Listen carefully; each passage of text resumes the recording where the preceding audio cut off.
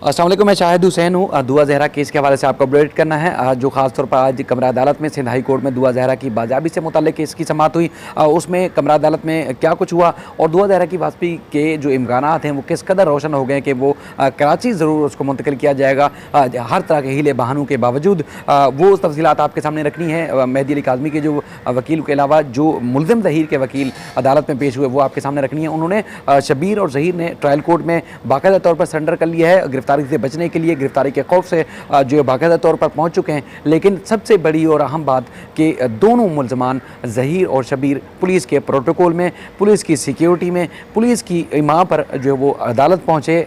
न सिर्फ शब्बीर बल्कि ज़हीर के ऊपर भी सवालात उठा रहे हैं। यकीनी तौर पर ज़हीर ने दरख्वास्त दी होगी, यकीनी तौर पर बहुत सारी चीज़ें ऐसी आई होंगी, लेकिन उसने ज़मानत भी ली हुई थी, हिफाजी ज़मानत भी ली हुई थी, सिक्योरिटी की दरख्वास्त भी दी। लेकिन किस खुशी में सवाल उठाया जा रहा है कि किस खुशी में शब्बीर को जो है पुलिस सरकारी मेहमान बनाकर जो है वो उसको ट्रायल कोर्ट लेके आई है। लेकिन अब तक की जो इतलात हैं, अब तक की जो तफसीलात हैं कि शब्बीर ने तो किसी ट्रायल कोर्ट से या किसी हाई कोर्ट से या किसी भी अदालत से हिफाजी ज़मानत में नहीं ली हुई थी। अगर पुलिस को मतलूब था, पुलिस को उससे तफ्तीश करनी थी, तहकीकात करनी थी, तो पुलिस ने शब्बीर को गिरफ़्तार क्यों नहीं किया? सरकारी और प्रोटोकॉल, सरकारी मेहमान नवाजी और सरकारी जो सहूलियात फराहम किस खुशी में की हैं, उस पर जो है वो बड़े सवालात उठ रहे हैं। इस पर काफ़ी ना सिर्फ पब्लिक बल्कि मैसेजेस आ रहे हैं, कमेंट्स आ रहे हैं, बल्कि जिब्रान नासिर साहब ने भी इस बात का ट्वीट किया है कि सिंध हुकूमत की कारकर्दगी पर अब वाकई सवाल उठ रहे हैं कि क्या ऐसी वजह है कि इसको कभी मसलकी मजहबी रंग दिया जाता है, कभी जो है वो तफ्तीश जो है पुलिस सही नहीं करती,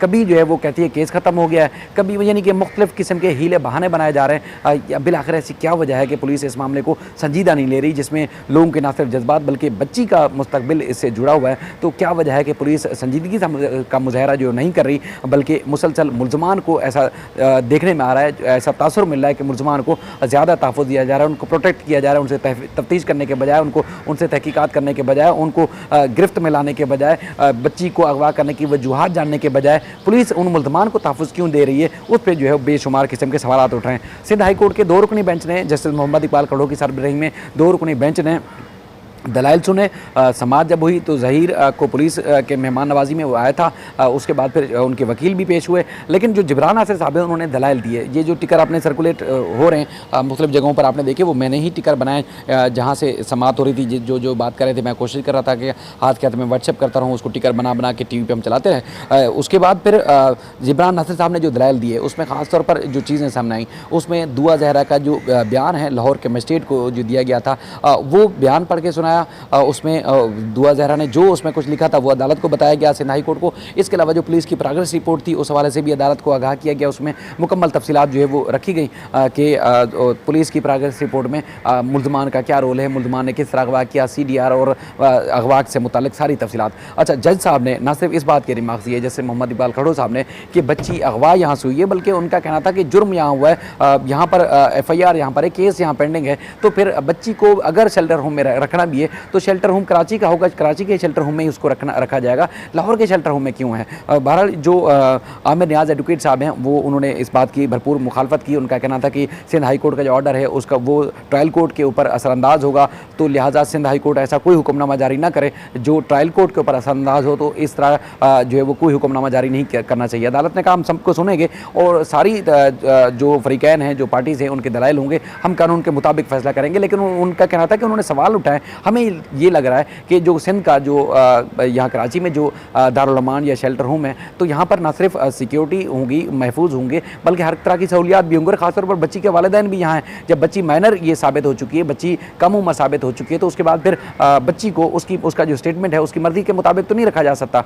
तो उसके बाद आमिर नियाज़ साहब जो है उन्होंने मुसलसल मुखालफत की। लेकिन अदालत ने जो साबिक तफ्तीशी अफसर शौकत शानी साहब थे, पूछा कि कहाँ है तफ्तीशी अफसर, तो उन्होंने कहा मैं साबिक तफ्तीशी अफसर हूँ, अब नए तफ्तीशी अफसर नहीं है। ये शौकत शानी साहब ने अदालत को बताया।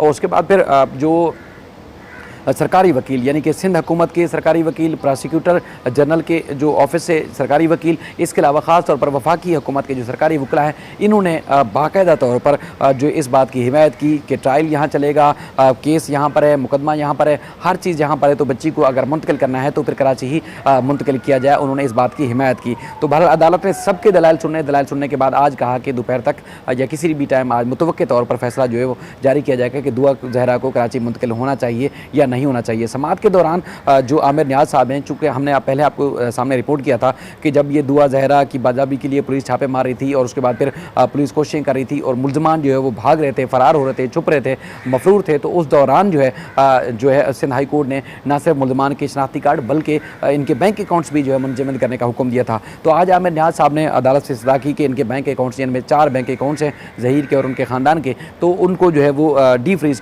करने का हुक्म दिया जाए। तो अदालत ने कहा ये केस चूँकि दूसरा है, यानी कि दुआ ज़हरा के वालिदैन की तरफ से दायर किया गया है, वालिद की तरफ से, और इसमें जो चीज़ें हैं वो आपकी दरख्वास्त इस पर तो कोई फैसला नहीं कर सकता कि इसके बैंक अकाउंट जो डिफ्रीज़ किए जाएँ। अगर आपको कोई इशू है तो आप नई दरख्वास्त दायर करें, तो हम उस पर हुक्मनामा देखेंगे, उसमें जायज़ा लेने के बाद ही हुक्मनामा जारी किया जाएगा। लेकिन इस दौरान ज़हीर के साथ शबीर जो ट्रायल कोर्ट पहुँचे हैं, ट्रायल कोर्ट में जो वो बाकायदा तौर पर दरख्वास्त ज़मानत दायर कर दी है। उनका कहना था कि उन्होंने पसंद की शादी की है और पुलिस उनको गिरफ़्तार करना चाहती है, तफ्तीश और तहकीकात के साथ साथ ट्रायल कोर्ट में पेश होकर मुकदमे का सामना करना चाहते हैं, लिहाजा उनको जो वो ज़मानत दी जाए और पुलिस को गिरफ़्तार करने से रोका जाए। लेकिन जैसे मैं पहले अर्ज़ कर रहा था कि शबीर अब तक जो इतलात हैं, जो तफसीलात सामने नहीं है, उसने किसी भी कोर्ट से हिफाजी ज़मानत नहीं ली थी, लेकिन ज़हीर के साथ वो पहुंचा है ट्रायल कोर्ट। अब बहुत सारे लोग बात कर रहे हैं कि प्रोग्रेस रिपोर्ट में, FIR में या बहुत सारी चीज़ों में शबीर का नाम नामजद नहीं है, लेकिन उसके बाद फिर वो अगर ज़मानत लेने भी आया तो किस कैपेसिटी में ज़मानत लेने आया?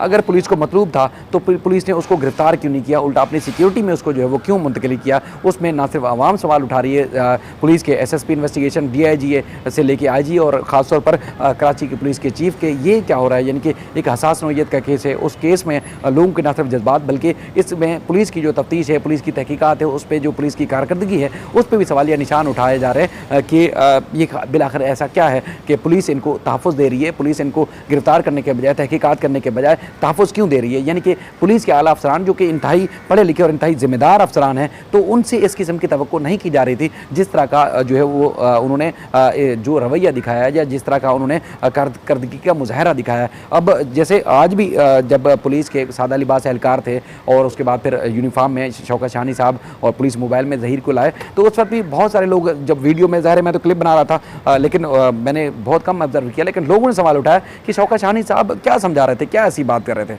यानी कि वो ऐसा लग रहा था कि मुल्ज़िम को तहफ़्फ़ुज़ दे रहे हैं, मुल्ज़िम को कुछ सिखा रहे हैं, पढ़ा रहे हैं, समझा रहे हैं, लेकिन उसको मुल्ज़िम की तरह उसको ट्रीट नहीं कर रहे।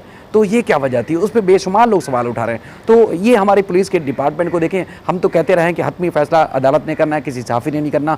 हतमी फ़ैसला अदालत ने शवाहिद की बुनियाद पर करना है, वो मुल्ज़िम के हक़ में भी हो सकता है, मुल्ज़िम के ख़िलाफ़ भी हो सकता है, हर चीज़ हो सकती है। लेकिन उसके बाद अगर पुलिस कारकर्दगी दिखाए, पुलिस का अगर पॉजिटिव रोल नज़र आए, तो पुलिस के ऊपर लोग कीचड़ ना उछालें, पुलिस के ऊपर जो है वो लोग सवालात ना उठाएँ। गुज़श्ता रोज़ भी इस तरह एक जो है वो एक गैर मुनासिब या एक गैर इरादी तौर पर भी कह सकते हैं कि ऐसा वाक़या नुमा हुआ सिटी कोर्ट में, जिसमें शौकत शानी साहब को कुछ सहाफ़ी या यूट्यूबर्स ने उनसे सख्त सवालात भी किए और कुछ नामुनासिब तरीक़ाकार भी था। लेकिन लोग मजबूर हो रहे हैं इस तरह के तरीक़ाकार अख्तियार करने में, लोग मजबूर हो रहे हैं इस बात पे कि पुलिस की कारकर्दगी के ऊपर सवाल उठाए। तो पुलिस को भी सोचना चाहिए कि एक रियासती इदारा है, सबके लिए इक्वल है। तो उसके बाद फिर उनको अगर किसी एक को, यानी कि मुतासरा फैमिली को जो है वो उनकी दाद रसी के बजाय अगर मुल्ज़मान फैमिली को अगर इस तरह ट्रीट किया जाएगा, तो उस पर पुलिस जो है उनके ऊपर जो है वो यकीनन अवाम जो है पुलिस की कारकर्दगी के ऊपर सवाल उठाएगी। अब दोपहर में जो फैसला आता है उसके बाद फिर जो खासतौर पर मुल्ज़मान की ज़मानत हो जाएगी दोपहर के बाद, तो जो भी प्रोग्रेस होगी, जो भी पेशरफ्त होगी, आपके सामने रखेंगे। अपना ख्याल रखिएगा। अल्लाह हाफ़िज़।